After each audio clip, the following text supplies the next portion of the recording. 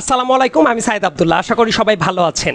তো আজকে যে লাইভটা আমি করছি, এই লাইভটা করার জন্য আমাকে অনেক স্টুডেন্ট যারা আছে এইচএসসি 2024 ব্যাচ, তারা দাবি জানাচ্ছিল বেশ কয়েকদিন যাবত আমার ইনবক্সে, কমেন্ট সেকশনে এবং বিভিন্ন জায়গায়।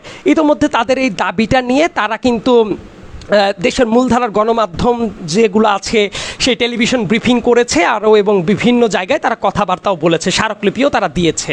তো তাদের এই দাবিগুলো দেখে বিভিন্ন আমরা যারা সিনিয়র আছি বিভিন্ন জায়গায়, আমাদের কাছে যেটা অনেকের কাছে হয়তো মনে হতে পারে যে এরা ফাঁকিবাজ স্টুডেন্ট, এই কারণে এরা পরীক্ষা দিতে চায় না, এটা মনে হওয়াটা খুব স্বাভাবিক। কিন্তু তারপরে আমি যেটা করার চেষ্টা করলাম, তাদের কাছে ফ্যাক্টগুলো আমি জানতে চাইলাম যে তাদের দাবিগুলো আসলে কি কি। সেই দাবিগুলো যখন আমি পূর্ণভাবে পেলাম এবং দেখার পরে আমার কাছে ব্যক্তিগতভাবে মনে হয়েছে তাদের দাবির পেছনে অবশ্যই যৌক্তিকতা আছে। অনেকে হয়তো বা মনে করবে যে এরা পরীক্ষা দিতে চাচ্ছে না। আমার কাছে না এই ব্যাপারটা, তাদেরকে এইভাবে ট্রল করাটা খুব একটা যৌক্তিক মনে হচ্ছে না। এর কারণটা হলো, যারা পরীক্ষাটা 1 মাস পিছিয়ে নিতে বলছে বা 2 মাস পিছিয়ে নিতে বলছে, আলটিমেটলি তাদের তো পরীক্ষা দিতেই হবে। পরীক্ষা না দেওয়ার তো কোনো সুযোগ নাই জীবনের পরবর্তী স্টেজে যেতে। কাজেই তারা পরীক্ষা দিবে না জন্য ফাঁকিবাজ, এই ব্যাপারটা মানতে আমি ব্যক্তিগতভাবে রাজি না। এবার আসি কয়েকটা ফ্যাক্ট তুলে ধরি যে তাদের দাবিটা কেন যৌক্তিক বলে মনে হয়েছে। এই 2024 সালে যারা এইচএসসি পরীক্ষা দিচ্ছে, এদের আসলে ক্লাস যেটা শুরু হয়েছিল 2023 সালের ফেব্রুয়ারি মাসে। 2023 সালের ফেব্রুয়ারি মাসে এদের একাডেমিক ইয়ার শুরু হয়। 2023 সালের আগস্ট বা সেপ্টেম্বর মাসে এদের কিন্তু ইয়ার চেঞ্জ পরীক্ষা হয়ে যায়, মানে তারা সেকেন্ড ইয়ারের ক্লাস শুরু হয়। এবং 2024 সালের ফেব্রুয়ারি মাসে এসে তাদের কিন্তু টেস্ট পরীক্ষায় বসতে হয়। তার মানে মাত্র 1 বছর সময়ের ভেতরে তারা 2 বছরের একাডেমিক ইয়ার কমপ্লিট করতে হয়েছে। এবং তাদেরকে পরবর্তীতে 4 মাস সময় দিয়ে জুনের 30 তারিখ থেকে এইচএসসি পরীক্ষায় বসিয়ে দেওয়া হচ্ছে। তো ইন্টারমিডিয়েটের যাদের সিলেবাস সম্পর্কে ধারণা আছে, যারা জানেন, তারা হয়তো বা বুঝতে পারবেন ইন্টারমিডিয়েটের সিলেবাস কিন্তু হিউজ একটা সিলেবাস। হ্যাঁ, এই জায়গায় একটা কথা আছে যে তাদের সিলেবাস তো শর্ট করে দেওয়া হয়েছে, কিন্তু শর্ট সিলেবাস হইলেও যে এইটা আসলে কতটা জটিল একটা সিলেবাস, আমরা যখন পড়াশোনা করেছি আমরাও জানতাম, এবং যারা মেন্টরিং করায় তারা বুঝতে পারি, এবং প্রত্যেক বছর যারা এটা পড়াশোনা করে তারাও কিন্তু জানে। অনেকে বলতে পারে যে করোনাকালীন সময়ের পরে তো একটা গ্যাপ মিনিমাইজ করার চেষ্টা করা হচ্ছে, একাডেমিক ইয়ারে যেহেতু একটা গ্যাপ পড়ে গেছে। আমার কথাটা হলো, সেটা প্রত্যেক বছর 1 মাস করে কিন্তু আগাতে হলেই কিন্তু পারে। যেমন গত বছর যদি আগস্টে পরীক্ষা শুরু হয়, ঠিক আছে, এইবার জুলাইয়ের 1 তারিখে পরীক্ষা শুরু হইল, মানে 1 মাস করে কিন্তু এগিয়ে নিয়ে আসা যায়। কিন্তু একটা ব্যাচের ওপরেই যখন কয়েকটা মাস গ্যাপ কাভার করা হয়, সেটা কিন্তু সেই ব্যাচের পর একটা অবিচার করা হয় বলে আমার ব্যক্তিগত মতামত। এখন এই ব্যাপারটা নিয়ে আমি কয়েকটা যদি ফ্যাক্ট তুলে ধরি, কাজে এরা সময় যে কম পেয়েছে এ ব্যাপারে কিন্তু কোনো সন্দেহই নাই, এটা একটা খুব ভ্যালিড দাবি। এমনকি আমি ঢাকার, অনেকে ভাবতে পারেন যে ফাঁকিবাজ স্টুডেন্ট আছে, এটা তাদের দাবি। ঢাকার স্কুল কলেজগুলোতে যারা পড়াশোনা করে, অনেক নামি দামি কলেজের খুবই ভালো স্টুডেন্ট, এমন কয়েকজনের সাথে আমি কিন্তু কথা বলেছি ব্যক্তিগতভাবে, এবং তারাও আমাকে জানিয়েছে, ভাইয়া প্রস্তুতি মোটামুটি চলছে, তবে আরও 1 মাস সময় যদি অন্তত পাওয়া যায় তাহলে অন্তত পক্ষে আমরা ভালো একটু প্রস্তুতি নিতে পারি। এবং আরেকটা গুরুত্বপূর্ণ ব্যাপার হলো, আপনারা জানেন যে জায়গাতেই অ্যাডমিশন টেস্টে আপনারা বসতে যাবেন, আপনাদের এসএসসির মার্ক, এইচএসসির মার্ক, মানে এই রেজাল্টটা, এটা কিন্তু আপনাদের অ্যাডমিশন টেস্টের ক্ষেত্রে কাজে দিবে। এই পয়েন্টগুলো কিন্তু যুক্ত হয়। তার মানে এইচএসসি পরীক্ষার রেজাল্ট কিন্তু খুবই গুরুত্বপূর্ণ। সময়ের অভাবে কেউ যদি ঠিকমতো প্রস্তুতি না নিতে পারে, তাহলে কিন্তু তার সারা জীবনের যে প্রশ্ন, অ্যাডমিশন টাইমে কে কোথায় চান্স পাবে, সেটার পরও কিন্তু ইম্প্যাক্ট পড়ে। এই ব্যাপারটা কিন্তু অনেকে বুঝতে পারছেন না যে এইচএসসির রেজাল্ট কিন্তু খুবই গুরুত্বপূর্ণ, কাজেই তাদের সময় দরকার। এবং আরেকটা কথা, শুধুমাত্র সিলেট বোর্ডে দেখলাম পরীক্ষাটা পেছানো হয়েছে, 8 দিন পেছানো হয়েছে। এইটা আমার কাছে খুবই যৌক্তিক একটা সময় মনে হয় নাই। কেন মনে হয় নাই আমি কথাটা ব্যাখ্যা করি। অন্য যে কোনো প্রাকৃতিক বিপর্যয়ের চেয়ে বন্যার ব্যাপারটা কিন্তু অনেক বেশি আলাদা, সেই ব্যাপারটা অনেকে বুঝতে চায় না। বন্যা হলে কি হয়, ঘর বাড়ির ভেতর, আমি আজকেও কিছু ফুটেজ দেখেছি, স্টুডেন্টরা অনেক ফুটেজ পাঠিয়েছে আমার কাছে, ছবি পাঠিয়েছে, বাড়িতে এখনও হাঁটু পানি, তারা ঘরের ভেতরে থাকতে পারে না, ঘরের ভেতরে পানি আছে, এদের খাদ্য সংকট আছে, মাথার উপরে ছাদটা ঠিক মতো নাই।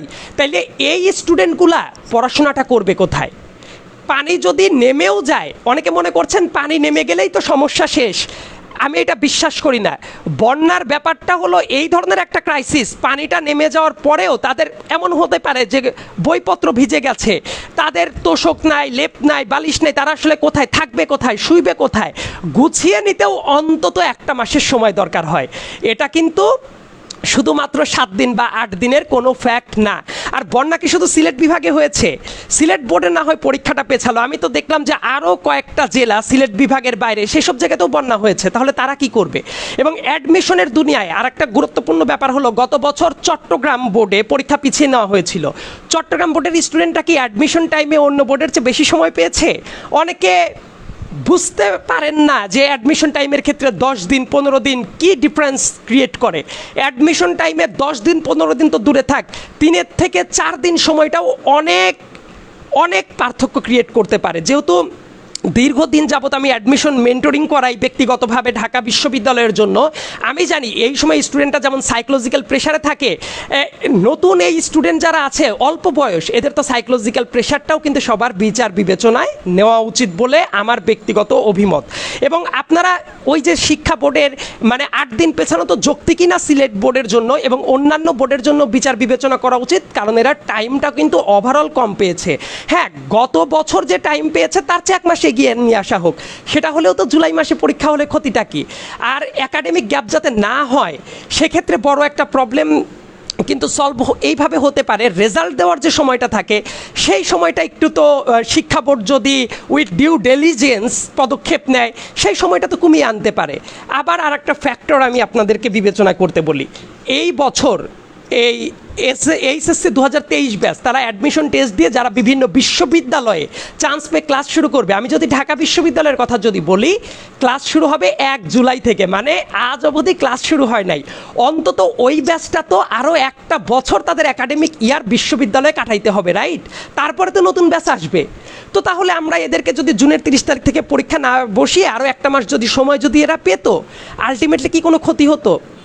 ধরলাম আগস্টের 1 তারিখ থেকে এদের পরীক্ষাটা শুরু হলো, তারপরেও তো দেখা যেত সেপ্টেম্বরের মাঝামাঝি এদের পরীক্ষা শেষ হয়ে যেত, অ্যাডমিশন টেস্ট ওই সেপ্টেম্বরের মাঝামাঝি থেকে অক্টোবর, নভেম্বর, ডিসেম্বর, জানুয়ারি, ফেব্রুয়ারির মাঝামাঝি থেকে শুরু করে মার্চের ভেতরে অ্যাডমিশন টেস্টগুলো হয়ে যেতে পারতো। তারপরেও তো এদেরকে তাহলে জুলাইয়ের আগে পরের বছরের একাডেমিক ইয়ার জুন থেকে শুরু করে দেওয়া যাইতো। মানে একাডেমিক ইয়ারের কিন্তু বিশ্ববিদ্যালয়ের যদি মিনিমাইজ অল্প অল্প করে করতে হয়, এই ব্যাচের পরীক্ষা আমার কাছে মনে হয় 1 মাস বা 2 মাস পিছিয়ে দিলেও খুব একটা ক্ষতির মুখে পড়ার কথা না। বরং পরীক্ষাটা পেছালে কারো কি কোনো ক্ষতি হচ্ছে? উত্তর হলো ক্ষতি হচ্ছে না। যে কাজটা করলে কারোই কোনো ক্ষতি হচ্ছে না, সেই কাজটা তাহলে করতে ক্ষতিটা কোথায়? বরং পেছালে কিন্তু উপকারটা হচ্ছে সবার বেশি। আমি এই স্টুডেন্টদের বিভিন্ন টিভিতে বক্তব্য দেখেছি, এটিএন বাংলা, তারপর যমুনা টিভি থেকে শুরু করে বিভিন্ন জায়গায় ইন্টারভিউ দিয়েছে। কাজেই তাদের ইন্টারভিউয়ের পেছনেও কিন্তু আমার যৌক্তিকতাটা, আমার কাছে মনে হচ্ছে তাদের এই দাবির ব্যাপারেও যৌক্তিকতাটা আছে। আর ঢাকা বিশ্ববিদ্যালয়ের অ্যাডমিশন টেস্টের ব্যাপারটা যেটা বলি, যে আলাদা আলাদা বোর্ডে যদি আলাদা আলাদাভাবে এইরকম কোনো টাইম পায়, এই ক্ষেত্রে প্রবলেমটা যেটা হয়ে যায়, অ্যাডমিশন টাইমে তারা কিন্তু এক্সট্রা টাইমটা পাচ্ছে না। এইটা যে কত বড় একটা সাইকোলজিক্যাল পেইন দেয়, আমরা যারা অ্যাডমিশন মেন্টরিং করাই দীর্ঘদিন যাবৎ, স্টুডেন্টদেরকে নিজের হাতে গড়তে হয়তো অ্যাডমিশন টাইমে আমরা জানি যে একটা স্টুডেন্ট যখন অন্য আরেকটা স্টুডেন্টের চেয়ে 2 সপ্তাহ বা 3 সপ্তাহ পরে সেই প্রস্তুতিটা নেওয়া শুরু করবে, সেটা কিন্তু অনেক বড় একটা পার্থক্য তৈরি করে দেয়। এবং স্টুডেন্ট যারা আছো 2024 ব্যাচের, তোমাদের জায়গা থেকে একটু ফল্ট আছে। তো পরীক্ষা যে এই 30 জুন থেকে শুরু হবে, তোমরা এত পরে কেন দাবি জানানো শুরু করেছো? শিক্ষা বোর্ডেরও কিন্তু অনেক প্রস্তুতির একটা ব্যাপার থাকে। তোমরা আরও কয়েকদিন আগে থেকে, মাস 2 আগে থেকে যদি ব্যাপারটা আরও ভালো মতো দাবি জানানো শুরু করতা, সেটা আরও অ্যাটেনশন পেতে পারতো। এই লাস্ট মুহূর্তে এসে কেন দাবিটা জানাচ্ছ? এই দাবি জানানোটা কিন্তু আরও আগে থেকেই জানানো উচিত ছিল। আর আমি জাস্ট কয়েকটা বিবেচনা, যে বন্যার পরে এত দ্রুত রিকভার করা যায় না, এই স্টুডেন্টগুলো আসলেই কম টাইম পেয়েছে, এবং যদি 1 মাস পিছিয়েও দেওয়া হয় দেশের আলটিমেট কারো কোনো ক্ষতি হচ্ছে না, এমন যদি হতো এটা পিছিয়ে দেওয়ার কোনো ক্ষতি হচ্ছে, কারণ এদের পরীক্ষা 1 মাস পিছিয়ে দিলেও কিন্তু একাডেমিক যে গ্যাপ করোনার কারণে পড়ে গেছে সেটা প্রত্যেক বছর 2-1 মাস করে আগানো যায়। স্টিল আগস্ট থেকেও এদের পরীক্ষা হলে কি হতে পারে, গত বছরের চেয়ে স্টিল এরা 1 মাস বা 2 মাস কিন্তু গ্যাপটা কাভার করছে। এক ব্যাচের পর তো 3-4 মাস আমরা কাভার না করে অন্তত 1 মাস এদেরকে এক্সট্রা টাইম দেই, সেটা তো তাহলে কিন্তু সবার প্রস্তুতির জন্যই ভালো হয়। আর এইচএসসির রেজাল্টটা কিন্তু অ্যাডমিশন টেস্ট এবং প্রত্যেকটা জায়গাতেই কাজে লাগে। আর সবচেয়ে যেটা গুরুত্বপূর্ণ ব্যাপার, এদের মানসিক স্বাস্থ্য, যেটা আমরা মানসিক স্বাস্থ্যটাকে খুবই ইগনোর করি। এই যে স্টুডেন্টগুলা পরীক্ষার আগে নিয়মিত এদের টেনশন করতে হচ্ছে, পরীক্ষা যদি একটু পেছাতো ভালো হতো, এই কাজটা করে তো তাদের আসলে এখন সময় নষ্ট করা উচিত ছিল না। আমি অনুরোধ শব্দটা বলছি, শিক্ষা বোর্ড যারা আছে তারা যাতে এই ব্যাপারটা যাতে মানে সুদৃষ্টি দিয়ে বিবেচনা করার চেষ্টা করে। এই শিক্ষার্থীরা যদি একটু রেজাল্ট ভালো করে সেটা তো দেশের জন্যই ভালো লাগবে। শিক্ষা বোর্ডের পাশাপাশি আমি সংশ্লিষ্ট সবার কাছে অনুরোধ করছি যাতে এটা বিবেচনা করা হয়। আর শিক্ষার্থী যারা আছো, তোমাদের যেহেতু সময় খুবই কম, তোমরা এইটা নিয়ে কি হবে ডিসিশন তার চেয়ে বড় কথা তোমরা সময় নষ্ট না করে নিজের জায়গা থেকে পড়ার চেষ্টা করো। ধন্যবাদ সবাইকে। আর আমি এই দাবিটা আরও আগে জানাতাম, যেহেতু বিভিন্ন সাইবার অ্যাটাকের কারণে আমার আইডি বারবার করে ডিসেবল হচ্ছে, এই জন্য আমি কিন্তু ভিডিও আপলোড করতে গিয়ে করতে পারিনি, লাইভ করতে গিয়ে করতে পারিনি। তো আজকে একটু সময় যেহেতু পেয়ে গেছে আমি লাইভটা করে ফেললাম। ধন্যবাদ সবাইকে, আসসালামু আলাইকুম, সবাই ভালো থাকবেন।